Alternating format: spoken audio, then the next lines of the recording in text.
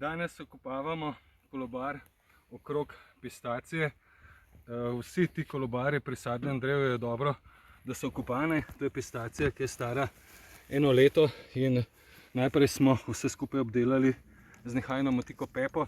Na ta način smo odstranili travo, potem pa smo uporabili še rezalno motiko Anko za kirurško natančno okopavanje okrog sadike, da je nismo ranili med količki. Količke imamo postavljene zato, da divjad s svojimi rogovi ne poškoduje rastline. Zdaj bomo pa še vse skupaj zaščitili še z mrežo, da ne bodo prišli blizu kakšni zajci ali srne. Če pogledamo to pistacijo, ki je 1 leto stara, letos praktično počiva v rasti, preživela je zimo. Pistacija se najprej ukorenini prvo leto, tako kot recimo asimina.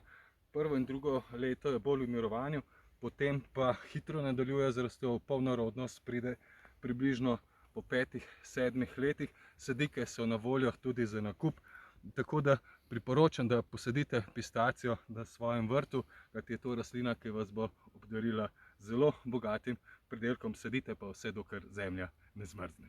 Pred prihodom zime seveda poskrbimo tudi za to, da dodamo nekaj zastirke. Jaz uporabim kar listje od kakija in tako bo pistacija pripravljena na zimo.